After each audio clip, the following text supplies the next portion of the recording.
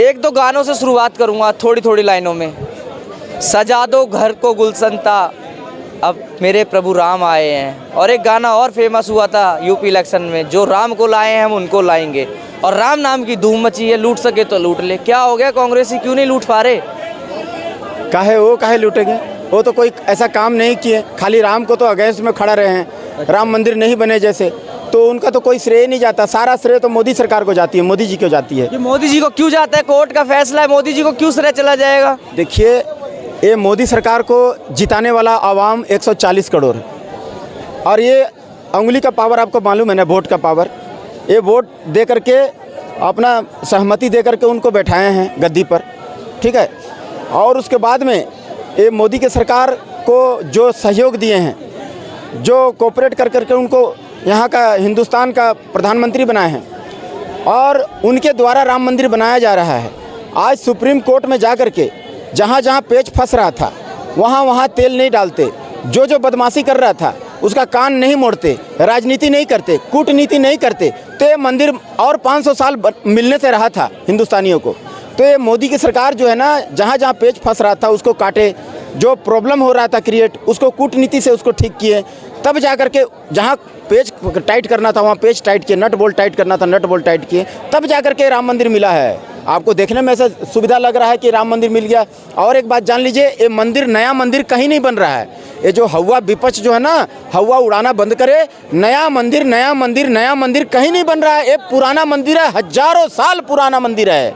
उसको पुनः एक एक ईंट को दूरबीन से खोज करके, उसको ला करके, उसको गंगा जल और तुलसी से शुद्धिकरण कर करके, विद्वान ब्राह्मणों से मंत्रोच्चार करवा करके, एक एक ईंट को सोने का बना करके और पुनः निर्माण करने का कार्य मोदी सरकार द्वारा किया जा रहा है, जिसका हम जन्म जन्मांतर तक कर्जदार रहेंगे। चलो ठीक है, कर्जदार तो रहोगे, लेकिन अब तो विपक्ष ये कहने लग गया कि मोदी जी को तो वहाँ जाने का अधिकार ही नहीं है, वहाँ तो शादीशुदा जोड़ा जाता है हवन में। अब मोदी जी को वहाँ प्राण प्रतिष्ठा के कार्यक्रम में जाने का अधिकार ही नहीं है। विपक्ष इस तरीके की बातें भी करने लग गया। देखिए, विपक्ष अमृत भी ला करके देगा ना, तो विपक्ष कहेगा अरे सावधान रहना, वो जहर है, वो 20 जहर है, उसको छूना भी मत, नहीं तो मर जाओगे। तो उनका तो धर्म है, वो अगर अमृत भी ला करके देगा ना, तो उसको जहर बोलेंगे, विष बोलेंगे। और मोदी की सरकार, अगर आप घर में, मान लीजिए अगर आप घर में हैं और आप अपना घर में अगर कुछ अच्छा चीज़ बनाए हैं, मान लो खिचड़ी बनाए हैं, तो आप खिचड़ी खाने का पूरा अधिकार है आपको।